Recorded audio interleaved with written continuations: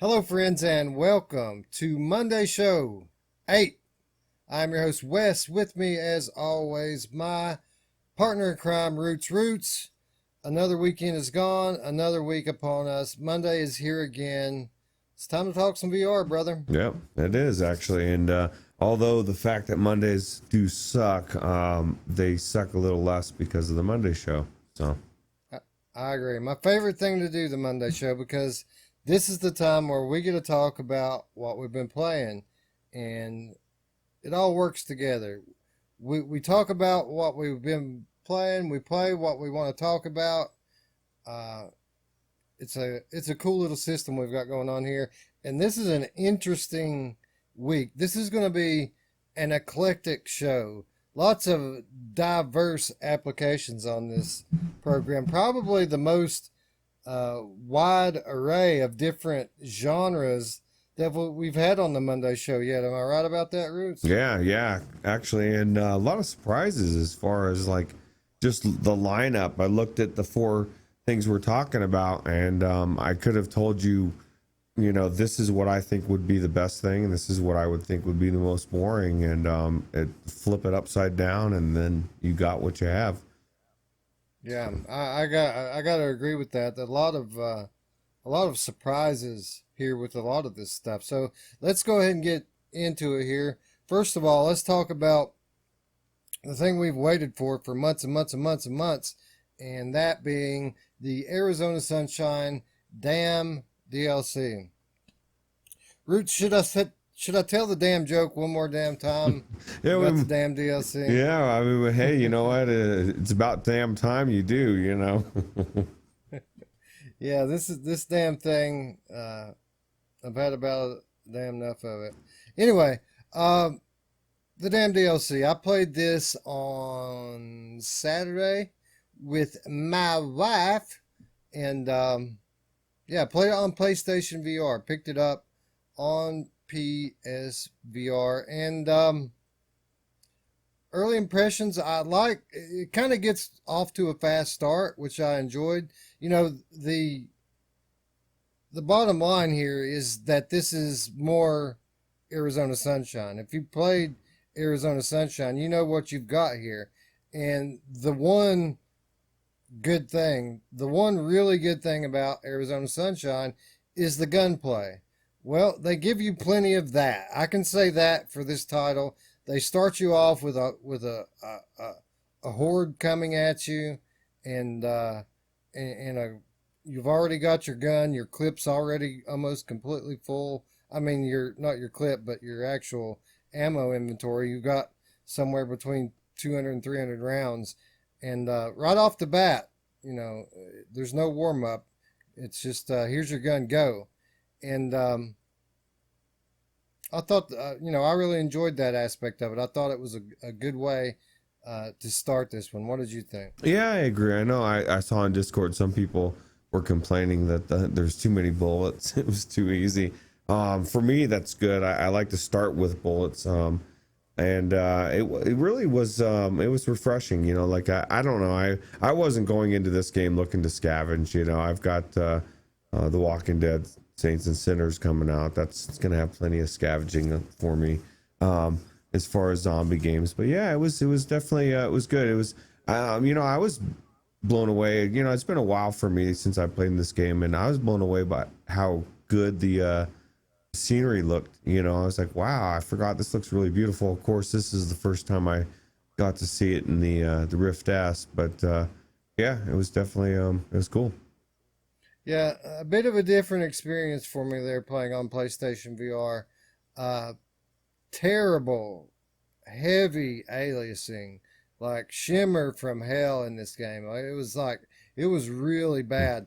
Now, I don't know how much of that was just me and my palette being changed because I play Rift S probably 80% of the time now, and I only jump over into PlayStation VR to either play exclusives, which are normally very good, or co-op games. But it's been a while since I've been in Arizona Sunshine, so maybe the original looked like that too, but it really stuck out pretty badly. Now, as far as the textures and the way that the scenery rendered out, it seemed a little better. Like especially in the far distance, like the distant mountains seemed like they had more detail than I remember in the original Arizona Sunshine. But it was very distracting, all the shimmer that we had going on there. Um, Now, as far as these people complaining about the having too much ammo, I'm assuming that it's been a long time since these people played Arizona Sunshine, because that's how it is, man. My my my clip stayed full all the way through the original campaign. Mm. You know, you're never like short of ammo in Arizona Sunshine. Yeah, but you're a different case, you know. You're very very conservative, you know. Like literally, my problem with Immortal Legacy could never be your problem. When I had to restart it and I had no bullets, I was like, oh shit, man, I'm going up against people with a knife and they're too far away and they kept killing me. You're like the conservative one, right? well, I did experience some ammo shortage throughout most of the second half of Immortal Legacy, for a couple reasons. One of them being that I pretty much emptied my clips into those tar babies before I realized how to kill them. Mm. And it's really easy, and I felt like a dope afterwards. But I didn't start over. I just kind of played the hand that I dealt myself, and made it through barely. I didn't have much ammo left when I got to the end. But the good thing about it is the main boss. They give you a special weapon to fight the main boss, so it really doesn't matter if you have any ammo or not. Oh, nice. Um, but back to Arizona Sunshine. Overall, I enjoyed it. The things I like about Arizona Sunshine, I liked about the damn DLC. Namely, it's a bunch of new scenery that looks similar, just like if it were another level in the original game. You know, everything in the original game looks the same too. It's not just that they got lazy and reused this for this thing. I mean, it always looks the same in Arizona Sunshine. That's what it is. But the gunplay felt really good. The one big difference that I didn't really care for was the scavenging indoors. You know, outdoors was great. You search through cars, you find stuff just like the original. But it seemed like when you went inside the dam here and you're searching through these offices and things, you know, in the original base game, there were a lot more file cabinets and drawers and things that you could search through. And not so much the case here. Or did I just miss it, Roots? No, it seemed very basic. You know, what I thought was weird is, I guess that maybe I don't know. I don't know if you died, but when I died and I came back out, like all the zombies that were there were gone. It was like they put me in easy mode and said, "Okay, you know, kid, let me get you through this section here." I was like, "Oh, okay, cool." But yeah, no, it was pretty cool. You know, I was the same thing. You know, it seemed very. You know, the only thing I kept playing this, because it's been a while since I played Arizona Sunshine, probably over a year. I just kept feeling like I want saints and sinners. I want these zombies to be doing some different shit, not, you know, slowly ambling. You know, you get a couple places where things speed up and you get the hordes coming at you, and you have to really, you know, I was using a rifle. I had to switch to 2 handguns because there was no way that rifle was gonna take out what was coming at me. As a matter of fact, I died the first time. But no, it was pretty cool for what it is. You know, it's Arizona Sunshine, like you said. So I don't like the ladders though. I want to climb ladders. Don't fly me up magically. You know, it's just weird. It basically, the things that you're mentioning point out what in essence this is. This is the encore. This is the goodbye performance for Zombie VR 1.0. The new stuff is coming, and Arizona Sunshine is going to be a distant memory very, very soon. The natural progression from this game is going to be Servio's The Walking Dead Onslaught, which is the same type of gameplay, but you know, an evolution of it. There's going to be not only awesome gunplay like Arizona Sunshine has, but there's going to be a very, very detailed melee system. There's going to be slightly more depth to the scavenging. Everything about this type of arcade zombie shooter is getting ready to hit the next level with the Servios title. Uh, so yeah, basically, I get why they didn't delay this any longer. I think they initially delayed it because they wanted to launch simultaneously with the Quest version, but once they see the Servius game's coming, the Saints and Sinners is coming, Contagion VR Outbreak keeps making progress. Pretty soon, this game is going to be obsolete, and the only reason people are going to come back to it is for nostalgic purposes. Yeah, don't forget. So, don't forget After the Fall too. yeah, After the Fall. Yeah, I think that you're right. I think After the Fall is another example of a natural evolution of this arcade style gameplay, and that looks like it's on a whole nother level as far as the scale of the game goes. It looks awesome, and I can't wait to see more of that game because it looks like some of the things that people complain about Arizona Sunshine, they're going to be complaining even more about with After the Fall, because it doesn't look like the most realistic simulation in the world, but it looks like larger than life fun to me, and that's what I think about when I think about this game. It's just arcade style shoot 'em up. I mean, this game could very easily be a rail shooter, right? Mm-hmm. Do you think when do you think the permanent price drop happens for this game? Because there's no way in hell it stays at the price it's at now. I think we get the Quest version within the next 2 months, and I think by the holidays, it makes sense that they would drop this down for the holidays. And if it comes back up after Christmas, it won't be for long because, again, people, this game has enjoyed being the default zombie game for 2 years now, and those days are over. I mean, very, very soon those days are going to be over. So I imagine this thing's going to cut at least in half. What do you think? Where do you think they're going to price this at? Not this DLC, but the base Arizona Sunshine. It's got to come with everything too. I mean, they no more DLC charging, and it comes. I'd say, it's what is it, $40 right now? $40 Yeah. just for the base game. Yeah, and that's let's put this in proper comparison. Asgard's Wrath is coming out at $40. Stormland is $40, and at the same tier, Arizona Sunshine, $40. Yeah, no, it needs to be at bare minimum $20. And then it'll probably go on sale for like 10 when it does go on sale. Yeah, there's a good amount of content here, especially if they put in both DLCs with it. I think $20 would probably be a fair price for it, even after the other games come out. That is, like I said, if the DLC is included. It's still a bit steep, $20 for the main campaign. But again, I mean, it's a pretty long story, and it's fun start to finish. I never felt like I wanted to quit playing this game. I still don't want to quit playing it, but again, we're about to go on to bigger and better things, so I think I'll probably be losing interest.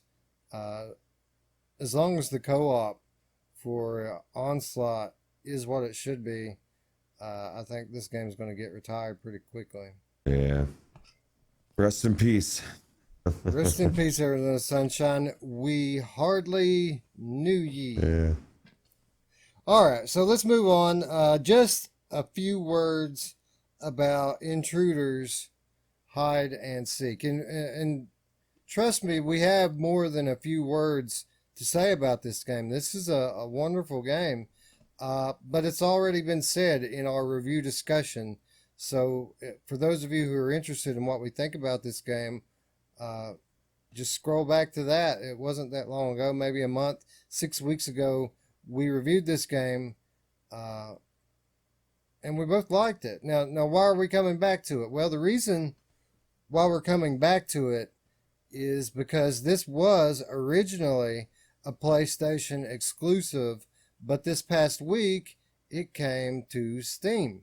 PCVR via Steam Store. Roots, how surprised were you when you heard that this was coming over to Steam? I was actually pretty surprised. I would have thought it was going to come to Epic Store just because everything seems to be going there. But you know, it's encouraging. You're seeing a lot more games. You know, it's usually the other way around. Everything's going PC to PlayStation. Usually doesn't come to us. I will point out this video is not the VR version as far as this actual gameplay. It is the same game. It's just the best quality that I could get. So just to show people, you know, the video we did before in the review was PSVR footage, and you can definitely tell the difference in clarity for sure. Yeah, I think what you said there pretty much nailed it. What the difference between the PCVR version and the PSVR version is. It's a whole lot of clarity. And if you go back to our review discussion, you know, I talk about it there that, you know, when I first got into the tutorial, that I was kind of scared because there was a lot of aliasing, some foveated rendering, a lot of, you know, junk, for lack of a better term, in the visuals. Absolutely none of that here. This game, crystal clear now, even if it's not the most detailed art style overall. Like, I mean, you're not going to mistake these characters for being real people, No. but crystal clear. The environments. How about this house on PCVR? What did you think about that when you got inside this place with your Rift S on? How awesome was this place? This looks beautiful. And like you said, it's bittersweet because the mom looked really bizarre and creepily old and just weird. But now the house looked beautiful, and the graphics. I mean, like I said, I think it's just I don't know that they've upscaled anything or did anything different except for just on a better headset. I think you were saying the same thing earlier that it might just be the technology, right? That's making it this good rather than you know, changing anything. Just, you know, I think a lot of the improved experience is in the hardware, the headset itself, and the clarity of the new screens. But I do think that there probably is some anti-aliasing going on here, leveraging the power of my 1080 Ti, and not only that, there's a pronounced lack of foveated rendering. You know, almost everything in PlayStation has that buffer zone in your periphery that you don't really notice unless you look for it. But it's not here in the Steam version. It's crystal clear and clean. Almost makes me want to play through it again. Roots, what about you? yeah, if it wasn't so frustrating to get caught, I probably would. Although, like I said, the fact that we know the map or the house so well would make it a lot easier. You know, that was the thing, not knowing where to go and where to run. But yeah, it's definitely such a good game. And you know, the biggest thing that would keep me from doing it is you know, this game is 85% the story. It's just such a good story that once you've known what's going to happen, it's kind of like, you know, there's not as much of a drive. You know, there really was a drive to finish it, to see what happens. And now that I know, I don't know that I could get too far without saying, oh shit, I should be doing some Audica or something right now. So. Yeah, I agree. This game is it's extremely frustrating to begin with. Before you really get too deeply into the story, you know, it's a typical stealth game. It's frustrating. You want to go. You don't want to be patient and wait. You want to go now. And it's just the world that we live in. We have no we have short attention spans. We don't have the patience it takes to play these sorts of games anymore.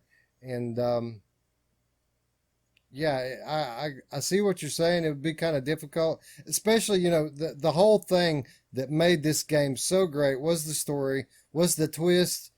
after twist that came after you got later into the game. That's what made it so great. Now, that said, and I said it before, you are faced with a choice at the very end of this game. So there's a possibility out there for an alternate ending.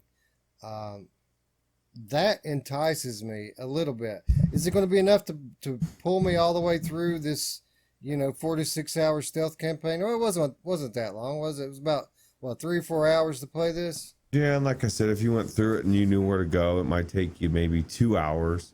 And you could stream it, or you could do a let's play and check it out. But let me ask you this, just out of curiosity, when you were doing the beginning, did you listen to the conversation of Ben's dad and feel 100% different about how the whole conversation was going because you know the story? And I'm thinking, I wanted to smack the back of his head or something. I don't know, man. He was talking so softly, and he's trying to make it sound like he's Mr. Lovey-dovey, But Ruuts, he is. Oh, that's right. Yeah, he's a good guy. So, yeah, I wanted to smack him. So, yeah, I could tell the first time I played through it that something was going on with Dr. Daddy there, giving his little girl her medicine all the time. And he was so nonchalant about the timing of it, Oh, right. She's fine as long as she doesn't get upset. She'll be okay, and literally to the point where she's like, "Oh, I don't feel good. My throat hurts," and he still made her wait until dinner time. Yeah, I'm like, Are you kidding me? I don't know, man. What a jerk. Yeah, screw that guy. Yeah, screw him. Anyway, an awesome game. For those of you who didn't have access to it before because you didn't have a PSVR, 100% recommend here if you like story-driven games. If a great story isn't enough for you, and you're not just one of these people who are just into stealth games, this might not be for you. But anyone who does enjoy being told a story in VR, being kept in suspense, and trying to solve a mystery, absolutely 100% recommend here. And, we recommended it before on PlayStation VR, and even doubly so now that everything looks so good in the new headsets. Yep. All right, so that's going to wrap up our two impressions of the games we played this week. Now this brings us into our topic, and our topic is an interesting one this week because our topic was kind of a continuation of an older topic on our program, and it's one we'll surely come back to again and again and again, and that is awesome free experiences. So these are things that you can pick up free of charge on one store or the other. Both of these this week just happened to come from the Steam store. Both of these are free, and they're both very much worth your time. So, Ruuts, why don't you introduce us to the first title that we're going to be talking about? First one is actually a pretty popular title as far as, I guess brand. Would be the Cartoon Network Journeys VR, and I will start out this conversation on this by saying that Paradise Decay said this may be a limited time thing on Steam, at least the rumor he heard, so I would pick it up now if you ever want to try it. We may talk about it at one point, but in a future show in detail. But Wolves in the Walls is gone. You can't get it. So these things sometimes are out there for free and then they're gone, or maybe they start charging. So yeah, definitely pick this up. If let's just get into a little bit about it here. Obviously we're not going to do a full review on it. A lot more content here than I thought was going to be here. I thought that this was going to be 3 very short, maybe 5 to 10 minute stories, kind of the sort of thing that that we normally see, like the Bond, those sorts of things. I thought there were going to be three very short narrated stories with the Reggie Watts character that you can see there narrating the whole thing and guiding you through it. Couldn't be further from the truth. What you had here was three separate interactive experiences that you can actually spend quite a lot of time in. And I had pretty good fun with this thing. What about you? Yeah, I was actually really surprised at how long it was. And it was funny because you had told me, oh, I'm gonna jump in real quick to do this. And I was thinking, nah, dude, it's like almost an hour. But yeah, I was really shocked by the length, the content quality, and just everything about it was cool. Like even the I can't remember exactly what the guy says, but like if you do something when you're that guy, that Reggie Watts guy, when he's sitting there and you do something you're not supposed to do, he just says something like really wrong, or I don't know, something weird. But I'm like, what the hell? It was just pretty cool. It was definitely different. Yeah, high quality from an audio visual standpoint. The type of quality that you would expect coming from Cartoon Network games. A big company like that, and with big names like Reggie Watts attached to it, you would expect for it to be a high level of quality, and it certainly was.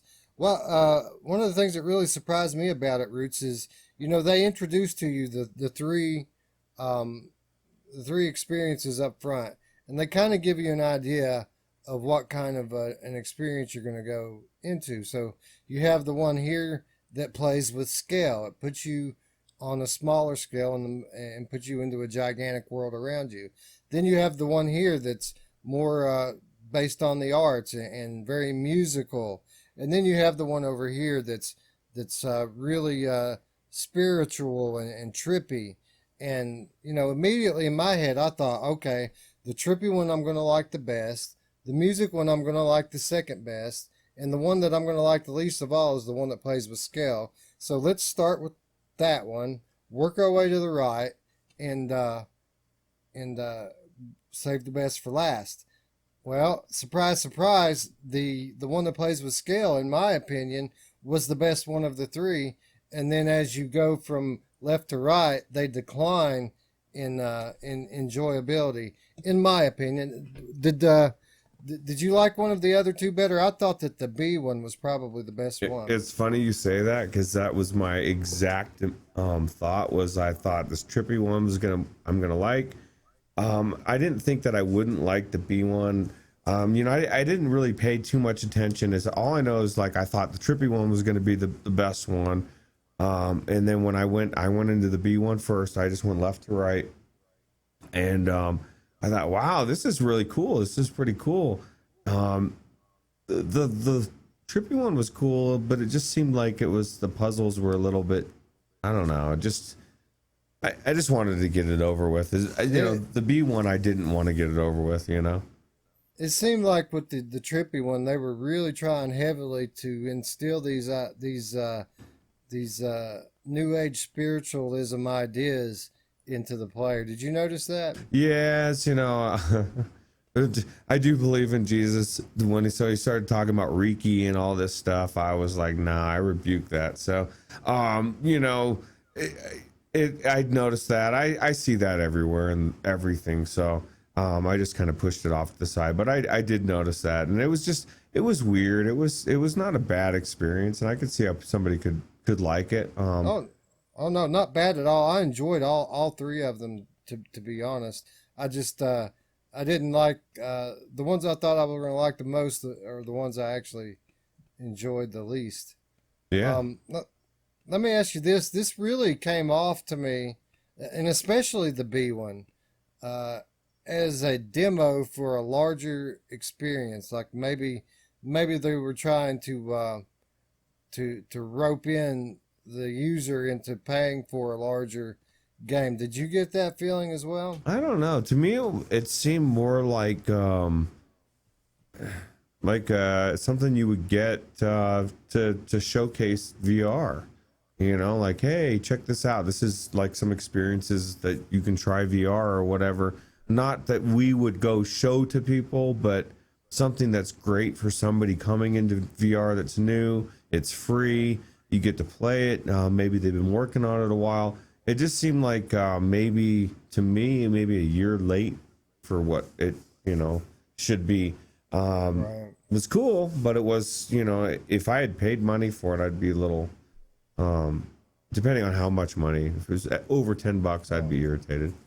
Right. Well, mainly what I'm referring to here is how the B one ended. Did you play to the end of the B thing? Yeah.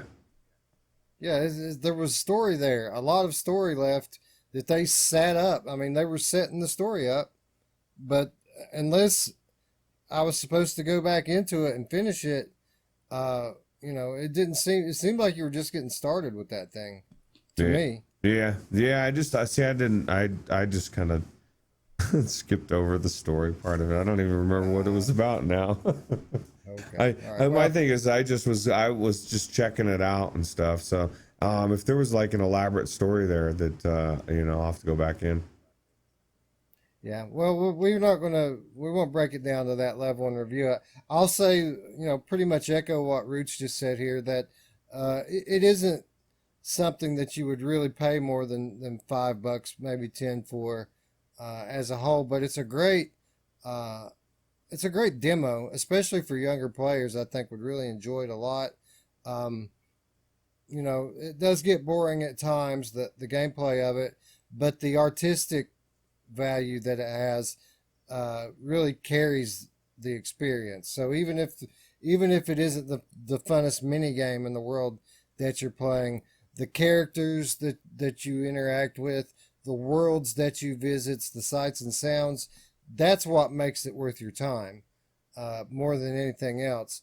And I'm glad I did it, and I didn't feel like I had to force myself through any of it. Now, I did not, with the second experience, after you win and you become the king and go into the king mode, they kind of put you into this wave shooter mode. I didn't hang around for that very long. No, me neither. But I'll tell you what, though, that there was some pretty, funny moments in the jester stuff and just ridiculous things. So that was definitely my second favorite as far as it goes. But it was worth checking out because it's free for sure. Absolutely. I would say check it out. Yeah, it's what you think it is. It's a VR experience coming from the guys at Cartoon Network. I think Tom Herpich was one of the lead producers of this, and Reggie Watts is heavily involved with the artistic side of it. So, if any of what I just said makes any sense to you, then you already know what I'm talking about, and you probably already have it. And if not, if you like things that are colorful and creative, give it a look. It's free, and if not, I mean, at least go ahead and put it in your library. So maybe at a later point, if you want to check it out, you'll have it, because like Ruuts said, this thing may not be around forever. It may be gone next week. So get it while you can. Yep.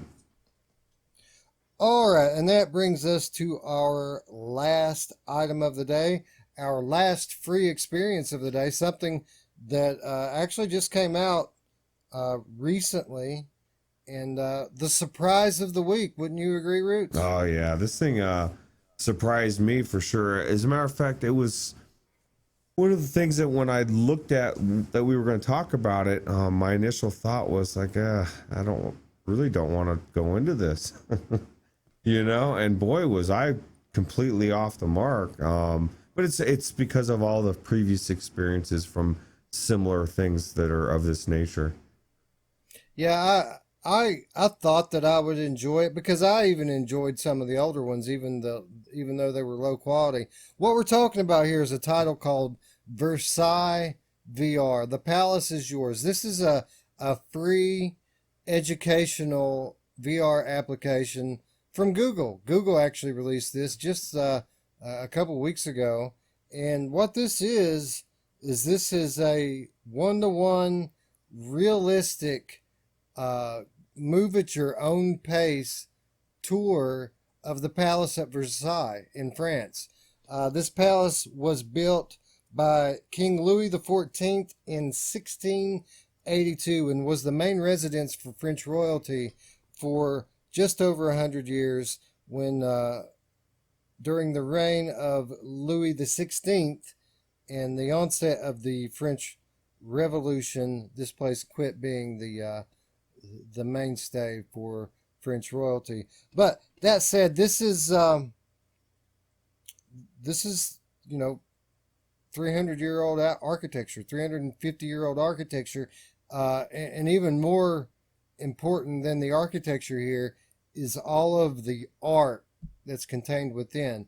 They have used the state of the art in photogrammetry technology to film this and give you a fully realized 360-degree 3D view of this place. It's not a recreation. This does not look like a video game. It looks like real life. And even though it's not free movement, it's node-based teleportation, you can get up close and personal with every painting, sculpture, piece of furniture, tapestry in this entire estate. And it's not just the main palace. It's the entire group of buildings here, the chapel, the opera house, just everything that you can think of in this you can visit, and you can parse it down to the smallest piece of art, and you can manipulate it and move it around at will, bring it up to your face, and for a lot of it there's audio tour, like they teach you about a lot of this stuff. And I was just blown away at the level of detail here. Ruuts, what did you think about it? Yeah, I was blown away by the detail. I was blown away, like you said. I went into the settings and I noticed that you could click on a automatic guided tour, and so it triggers every time you walk into a room. It just starts talking about everything that's going on and the history behind it. And I was thinking, oh my God, like, because I love guided tours. I love checking out history. Just going into these rooms, and like, they took me into the king's chamber and explained that it was open to the public during the day, and that blew me away. And I got to thinking, like Wes was telling me, he thought the same thing, like when we were immediately going in there, like, fuck man, I want to keep doing this. Like we both were like getting ready for the show, and we wanted to jump in real quick and just get a brief, check and see what it was. And I ended up spending more time than I would have. And I guarantee I will go back, and I want to check out this entire place. This place is huge. And you have paintings all over the ceilings and all over. And these are, very famous paintings. And you click into them and you can actually zoom in. And like Wes said, you can actually pull them close and you can get really close detail. And it's just, it blew me away, the technology of where we're at, and it just makes me excited for what everything that is coming. Yeah. Like Ruuts and I were talking before the episode started today. This is the sort of thing that you're going to find in the library of the future. These sorts of documenting not only geography and architecture, but art and history. This is how we're going to start to document our world. And we now have the technology to do it.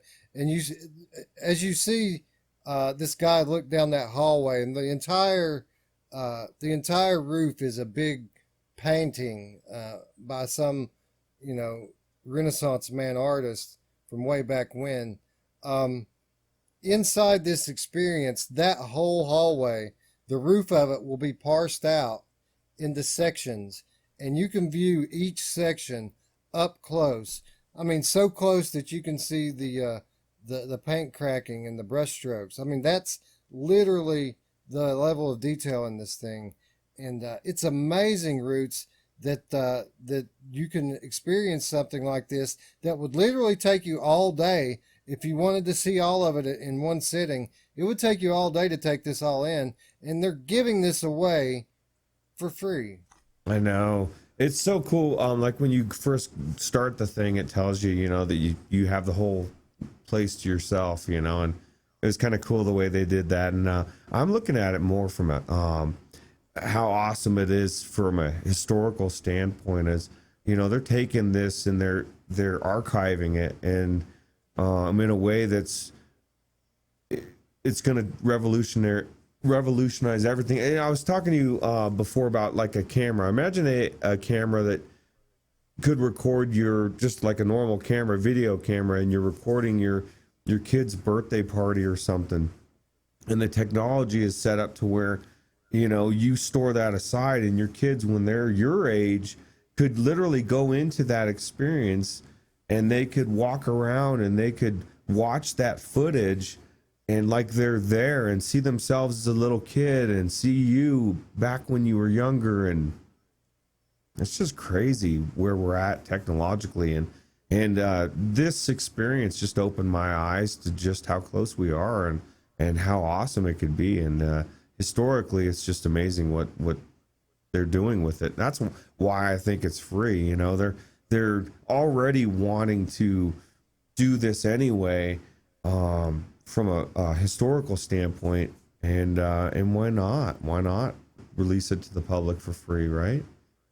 Yeah. Well, yeah, I think a lot of that, like we were talking about earlier, I think it has to do with the fact that this is coming from Google, and it was probably either subsidized in some way, shape, or form, or it was something that was intended for the Daydream platform originally, which is no longer with us, a casualty of VR 1.0. What do you think about the interface here? You know, they have this cool system where you kind of look at your watch, and it shows you the entire zoomed out map of the entire grounds, and it lets you point at the different buildings and areas. It tells you the name of which one you're pointing at, and you just click right into it. So you know, even though it's node-based teleportation, you don't have to travel like that. It's fast travel, room to room. I thought that was really cool as well. I never even saw that option. That's really cool. I wish I saw the cool map. I just went node to node. I like a normal tour, you know, but no, that's really cool, man. I think that it's cool that they got such a cool option to maneuver around and make it easier, because not everybody's going to want to spend that much time. I literally was just going down the hallways and pretending like I was there as a tourist, you know, looking around, you know. So that's probably why you never saw the King's Room when I was asking you. You're like, no, I went straight to the chapel and this and that. And I'm like, chapel? What chapel?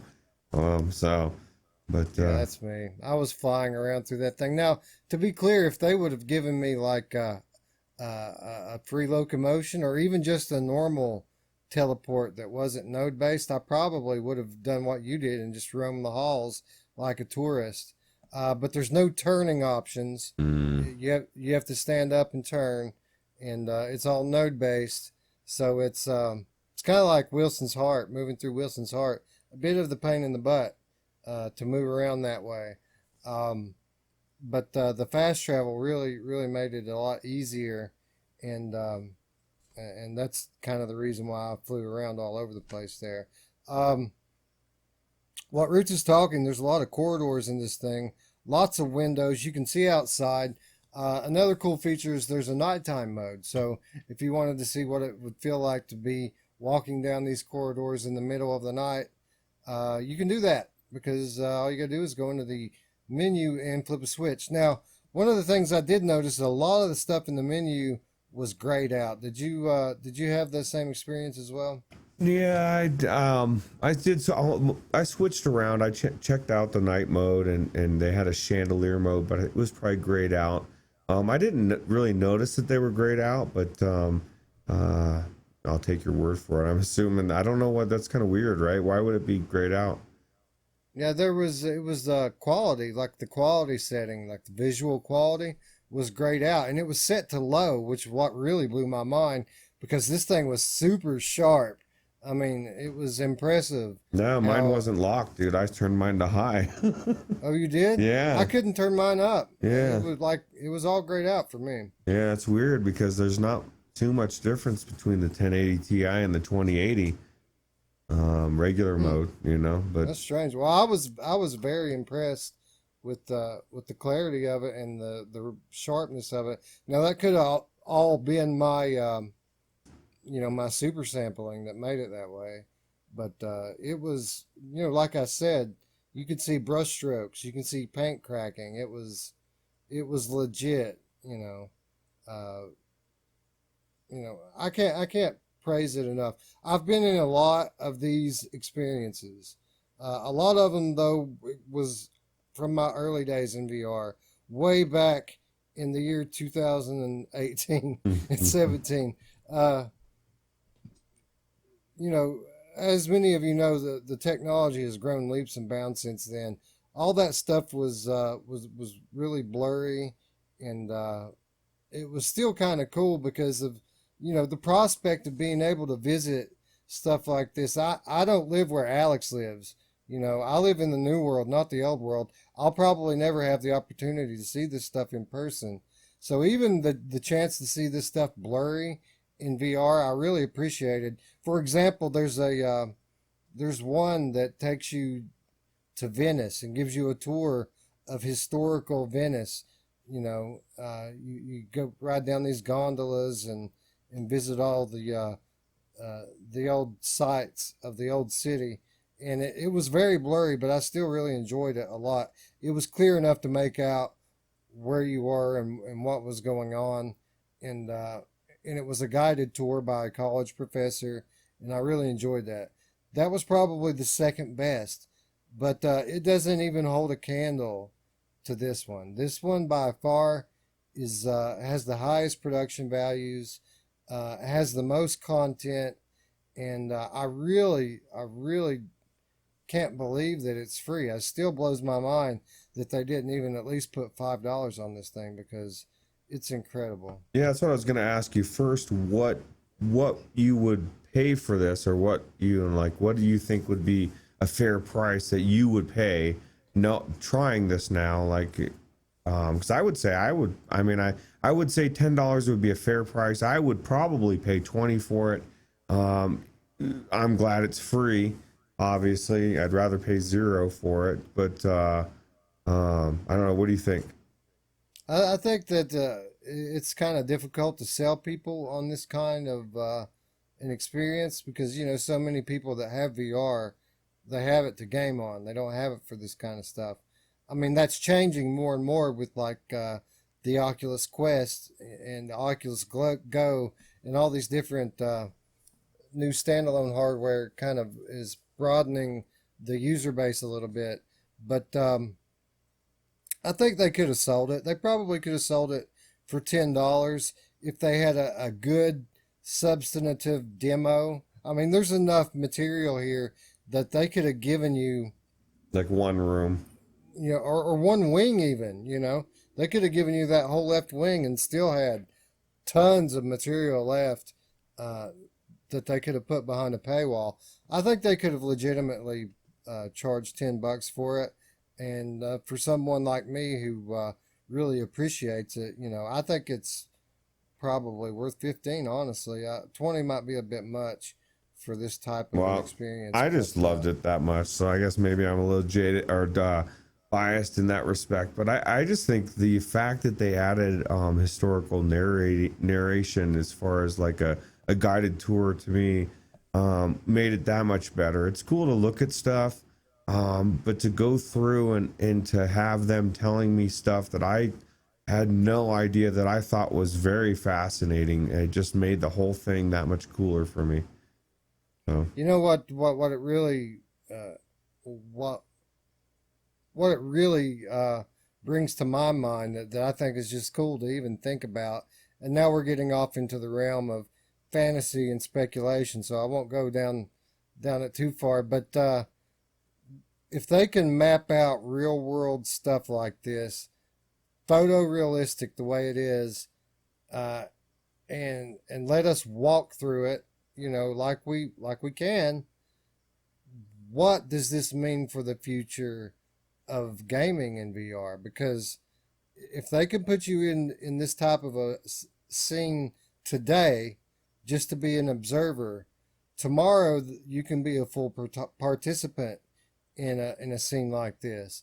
100% photoreal with computer generated bad guys with high level AI, and tomorrow's VR game, the prospects of what that might be go up every time I experience something like this. It really is on a different level in terms of quality and production value. Think about how different it would be for a developer to make a game with this technology as well, because instead of drawing and crafting these walls, you're just using the technology to capture it, right? And then you're adding stuff into it or taking it out. It would add obviously more realism, right? Because there's certain things that are going to get left out that are there, that it's going to get captured in this. Well, think about this. During OC6 last week, Michael Abrash talked about Facebook using their technology to build live maps of the entire world for use in VR in a social aspect. So they're going to be able to create photorealistic digital recreations of your bedroom, of your house, of everything that their devices touch, every place. They're going to be able to have realistic interactive maps of at some point in the future. And think about the implications. I mean, they're touting it for social and enterprise applications, but think about the applications with gaming. Think about Grand Theft Auto in legit Los Angeles photorealistic. You know what I mean? Think about Batman in New York. We're going to be able to do that very soon. Yeah. And it's I don't want to get started on that path of speculation and daydreaming, but man, I can see it. I can look at what we have today, and I can now see what we're going to have tomorrow, and I can't wait. I just think about a more realistic Google Earth, where you can literally walk down the actual streets and like walk up to stuff, and because now it's cool to go down the streets and look at stuff, but you're not like literally feeling like you're walking down the street. If you could do that, like you're in this place, but it's actually the whole world, or I don't know, man, it's cool. Yeah, they're building it, and as the AI becomes more advanced, as the computer technology and processors become smaller, and the memory becomes smaller and faster, and the cloud grows and the interface with the cloud becomes faster, it's going to make magic a reality, pretty much is what's going to happen. And it has profound implications for every aspect of life, including social aspects, business aspects, and entertainment aspects. And this is why we love VR, right? Yeah. This is why we love VR, because of this kind of potential, and it's why we all believe in it. Even after years of people telling you that it's dead, that it's worthless, and blowing it off, they still do it. We know better, because we know the potential, because we've taken the time to look at it and think about it. Yeah, if VR was dead, that this wouldn't exist. This whole elaborate thing, it's a ruse, right? It's not real, right? Yeah.